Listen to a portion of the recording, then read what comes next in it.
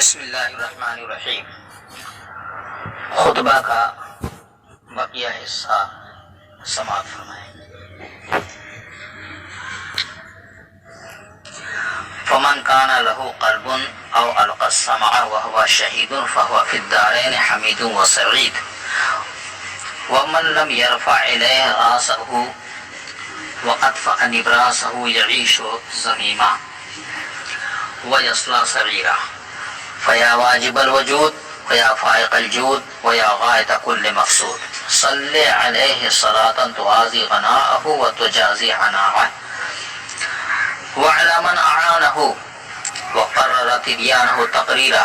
وافض علینا من برکاتہم واسلک بنا مسالک کراماتہم وسلم علیہم وعلینا تسلیما کثیرا، وبعد فإن أعظم العلوم مقدارا وأرفعها شرفا ومنارا علم التفسير الذي هو رئيس العلوم الدينية ورأسها ومبنى قواعد الشرع وأساسها، لا يليق لطاعته والتصدى للتكلم فيه إلا من برع في العلوم الدينية كلها وأصولها وفروعها، وفاق في الصناعات العربية والفنون الأدبية بأنواعها، ولطالما أحدث نفسي بأن أصنف في هذا الفن كتابا يحتوي على صفوة ما بلغني من عظماء الصحابة وعلماء التابعين ومن دونهم من السلف الصالحين، وينطوي على نكت بارعة ولطائف رائقة استنبطتها أنا ومن قبل من أفاضل المتأخرين وأماثل المحققين، ويعرب عن وجوه القراءات المشهورة المعزية إلى الأئمة الثمانية المشهورين والشواذ المروية عن القراء المعتبرين، إلا أن قصور بضاعتي يثبتني عن الإقدام ويمنعني عن الانتصاب في هذا المقام، حتى صنح لي بعد الاستخارة ما صمم به عزمي على الشروع فيما أردته والإتيان بما قصدته، ناويا أن أسميه بعد أن أتممه بأنوار التنزيل وأسرار التأويل، فها أنا الآن أشرع وبحسن توفيقه أقول وهو الموفق لكل خير والمعطي لكل سوء۔ ترجمہ: فمن کان لہ قلب، وہ جس کے لیے روشن دل ہے، یا جس نے اپنی قوت سماعت کو حضور قلب کے ساتھ متوجہ کر دیا، یعنی اللہ تبارک و تعالیٰ نے بندوں کو پیدا کیا تو تین قسم کے لوگ ہوتے ہیں۔ ایک وہ جنہیں اللہ تبارک و تعالیٰ نے پیدا کیا اور انہیں نور فطرت عطا کیا، جیسا کہ حضور نبی کریم رؤوف الرحیم جناب محمد رسول اللہ صلی اللہ تعالی علیہ وسلم کے حدیث پاک سے ظاہر ہے کہ کل مولود یولد علی فطرت اسلام، یعنی ہر بچہ فطرت اسلام پر پیدا ہوتا ہے۔ یہ اللہ کے رسول صلی اللہ تعالی علیہ وسلم کا ارشاد ہے، اور اللہ تعالی نے فرمایا فطرت اللہ التی فطر الناس علیہا، یعنی اللہ تبارک و تعالی پیدا فرماتا ہے تو انہیں ایسی فطرت پر پیدا فرماتا ہے جس میں قبولیت اسلام کی صلاحیت ہوتی ہے، بس جس نے اسلام قبول کر لیا وہ فائز المرام ہوگا۔ اسی کی طرف اشارہ کیا من کان لہ قلب، جس کے لیے روشن دل ہے، او القى السمع، یا اپنی قوت سماعت کو لگا دیا، اس کی جانب متوجہ کر دیا، وہو شہید، حضور قلب کے ساتھ، فہو فی الدارین حمید و سعید، تو وہ شخص دارین یعنی دنیا اور آخرت میں حمید و سعید ہے، یعنی دنیا میں وہ حمید مراد قابل تعریف ہے، اور آخرت میں وہ سعید یعنی مبارک ہے۔ فمن لم يرفع الیہ راسہ، بس جس نے اس کی طرف اپنا سر نہ اٹھایا، یعنی اس کی طرف متوجہ نہ ہوا، اس کی طرف کوئی توجہ نہ دی، وَأَطْفَأَ نِبْرَاسَهُ اور اپنے نور فطرت کو بجھا دیا، یعنی سماعت حق کی جانب، قبول حق کی جانب جس نے اپنی توجہ نہ دی اور اپنے نور حق کو بجھا دیا، یعش ذمیمہ وہ مذموم ہو کر کے زندگی بسر کرے گا، وَسَيَصْلَىٰ سَعِيرًا اور داخل جہنم ہوگا، یعنی نور فطرت کو بجھا دینا، حق کی جانب متوجہ نہ ہونا، یہ اس کے لیے باعث مذمت ہے، وہ جب تک جیے گا مذموم رہے گا، یعنی نگاہ مومنین میں اس کی مذمت ہوگی، وہ قابل ملامت ہو کر کے رہے گا، اور آخرت میں وہ داخل جہنم ہوگا۔ ان دونوں جملوں میں یعش ذمیما یہ من لم یرفع کی جزا ہے، یعنی وہ قابل مذمت ہو کر زندہ رہے گا، وَسَيَصْلَىٰ سَعِيرًا یہ اسی کے اوپر عطف ہے، لیکن اس سلسلے میں مفسرین فرماتے ہیں کہ یہاں پر دو طرح کی عبارت ہے، ایک نسخے میں یصل ہے اور دوسرے نسخے میں جو موجودہ ہے سیصلہ ہے۔ اگر یصل ہے تو اس کا عطف یعیش پر ہوگا اور یہ دونوں عطف معطوف مل کر کے شرط کی جزا ہوں گی، لیکن اگر یہ موجودہ نسخہ اس پر غور کیا جائے تو وہ سیصلہ پڑھا جائے تو یہ سیصلہ یعیش کے اوپر معطوف نہ ہوگا بلکہ یہ واو عاطفہ نہ ہوگا، جملہ مستانفہ ہوگا، اور جملہ مستانفہ ہونے کی وجہ سے یہ مستقل وعید کے طور پر یہ جملہ لایا گیا ہے۔ سوال یہ پیدا ہوا کہ مصنف رحمۃ اللہ علیہ نے سیصلہ کو ہی بطور وعید کے ذکر کیا اور یعیش ذمیمن کو ذکر نہ کیا۔ اس کا جواب یہ ہے کہ اس کا دنیا میں مذموم ہونا یہ یقینی نہیں، ہو سکتا ہے کہ کافر حالت کفر میں ہوتے ہوئے دنیا کے جاہ و مناصب، دنیا کا جاہ و منصب حاصل کر لے، دولت مند ہو جائے، عظیم مرتبہ حاصل کر لے، اس کی وجہ سے لوگ اس کی دنیا میں مذمت نہ کریں، عزت کے ساتھ وہ رہے، لیکن داخل جہنم ہونا یہ تو اس کے لیے یقینی ہے، اس لیے اس کے اوپر عطف نہ کیا اور اس کو وعید کے طور پر مصنف نے استعمال نہ کیا، کیونکہ مذمت کے ساتھ مذموم ہو کر کے زندگی گزارنا یہ یقینی نہیں ہے، لیکن داخل جہنم ہونا تو یقینی ہے۔ فیا واجب الوجود تو اے وہ ذات جس کا وجود واجب ہے، اے وہ ذات جس کا وجود واجب ہے، ویا فائز الجود اور جس کی سخاوت کثیر ہے، ویا غایت کل مقصود اور جو ہر مقصود کی انتہا ہے۔ خطاب کیا، مخاطب ہوا اللہ تبارک و تعالیٰ کی جانب، مصنف رحمۃ اللہ علیہ نے مخاطب ہو کر فرمایا صلی علیہ صلاۃ توازی غنا، اے اللہ تو ان پر درود پاک نازل فرما، ایسا درود جو ان کے نفع کے برابر وہ تجازی عناء ہو اور ان کی مشقت کے برابر ہو۔ مراد رسول پاک صاحب الاولاد صلی اللہ علیہ وسلم پر کثرت درود پاک کے لیے انہوں نے دعا کی۔ وعلی آلہ وعلی من اعانہ اور ان پر درود نازل فرما جس نے حضور نبی کریم صلی اللہ علیہ وسلم کی اعانت فرمائی اپنے قول و فعل کے ذریعے، یعنی صحابہ کرام مہاجرین ہوں انصار ہوں، انہوں نے اپنے قول و فعل کے ذریعے نبی پاک صاحب الاولاق صلی اللہ تعالی علیہ وسلم کی اعانت فرمائی، ان کی مدد کی، ہر موقع پہ ان کا ساتھ دیا، وقرر تبیانہ تقریرا اور ان کے بیان کو پختہ کر دیا، وافض علینا من برکاتہم اور اے اللہ ان پر اپنی برکتوں کا فیضان فرما، وسلک بنا مسالک کراماتہم اور اے اللہ ہمیں چلا ان کے کرامتوں کی راہ پر، یعنی اس راہ پر جس پر چل کر کے وہ صاحب اکرام ہوئے، اس راستے پر ہمیں بھی چلا، ہدایت کے راستے پر چلا اور اپنی رحمتیں ہمارے اوپر نازل کر، وسلم علیہم وعلینا تسلیما کثیرا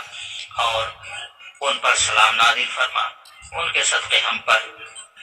بھی اللہ تبارک و تعالیٰ اپنا فضل فرما اور ہمیں بھی اس سے حصہ عطا فرما۔ یہ خطبے کی عبارت یہاں تک مکمل ہوئی۔ آگے فرماتے ہیں وبعد، اور ہم جو صلاۃ کے بعد فإن أعظم العلوم، علوم میں سب سے بڑھ کر کے مرتبہ کے اعتبار سے، قدر کے اعتبار سے فرماتے ہیں یعنی مرتبے کے اعتبار سے، وارفعها شرفا ومنارت، اور بلندی کے اعتبار سے سب سے عالی شان علم تفسیر ہے، وہ علم تفسیر ہے۔ شرف کے اعتبار سے، منار کے اعتبار سے، منار بلندی، منار کہتے ہیں اہل عرب بلند جگہ پر روشنی کرتے تھے تاکہ آنے جانے والوں کو اس سے راہ مل سکے، تو بلند مقام پر جو کہ روشنی کی جاتی تھی اسے منار کہتے ہیں۔ اللہ تبارک و تعالیٰ نے ایسے علم کو مرتبے کے اعتبار سے اعلیٰ کیا۔ نام اس کا علم تفسیر ہے، یہ سارے علوم دینیہ کی رئیس اور اس کا سردار ہے۔ وہ مبنا قواعد شرع اور قواعد شرع کی بنیاد ہے اور اس کی جڑ ہے۔ اس علم کے حاصل کرنے کے لیے علوم عربیہ، علوم دینیہ میں کافی مہارت کی ضرورت ہوتی ہے۔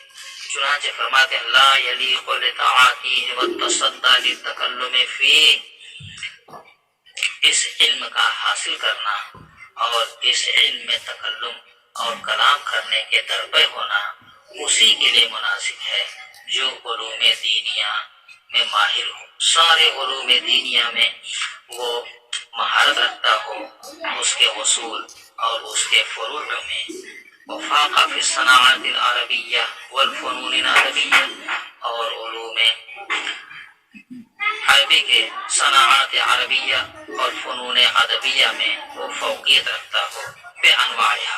اس کے تمام انواع کے ساتھ۔ آگے ارشاد فرماتے ہیں مصنف رحمۃ اللہ علیہ، قاضی بیضاوی رحمۃ اللہ علیہ کہ وَلَطَالَمَا أُحَدِّثُ نَفْسِي، بسا اوقات میرے دل میں یہ خواہش پیدا ہوتی اور میں یہ سوچتا تھا بے ان مصنف فی هذا الفن کتابا، کہ میں اس فن میں یعنی فن تفسیر میں ایک کتاب تصنیف کروں، یحتوی علی صفوۃ، وہ کتاب ایسی ہو، اس شان کی ہو جو مشتمل ہو خالص ان باتوں پر، صفوہ معنی خالص، ان باتوں پر ما بلغنی من عظماء الصحابہ وعلماء التابعین، جو مجھے بڑے بڑے صحابہ اور علماء تابعین سے جو باتیں مجھے پہنچی ہیں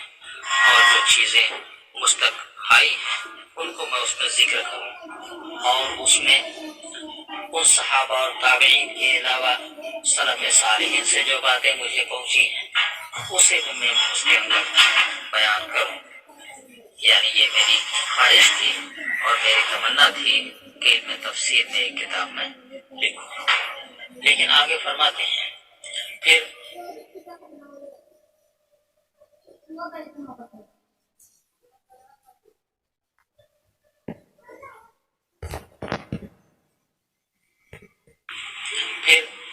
کہ وہ کتاب اس شان کی ہوگی کہ ینطوی علی نکت بارعہ، جو کتاب مشتمل ہو فائق نکات پر اور ایسے لطائف پر مشتمل ہو جو خوشکن لطائف رائقہ، خوشکن لطائف پر، استنبطھا، جن کا میں نے استخراج کیا ہے، انا میں نے، ومن قبلی من افاضل المتاخرین، اور مجھ سے پہلے بڑے بڑے متاخرین علماء نے اور برگزیدہ محققین نے جن کا استنباط استخراج کیا ہے وہ بھی میں اس کے اندر بیان کروں۔ اور مزید فرمایا وَيُعَرِّبُ عَنْ وُجُوهِ الْقَرَاءَاتِ الْمَشْهُورَةِ، اور وہ کتاب ایسی ہو جو ظاہر کر دے قرأات مشہورہ کو، ایسی قرأات مشہورہ